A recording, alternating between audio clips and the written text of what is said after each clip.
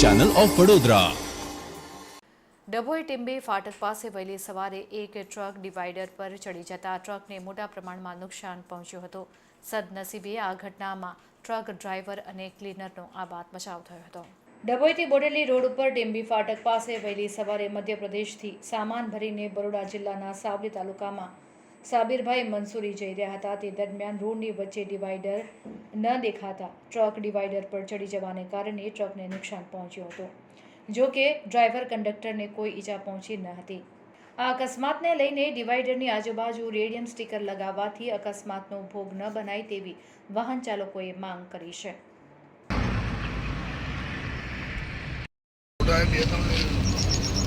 ફોટા તમે લેજો।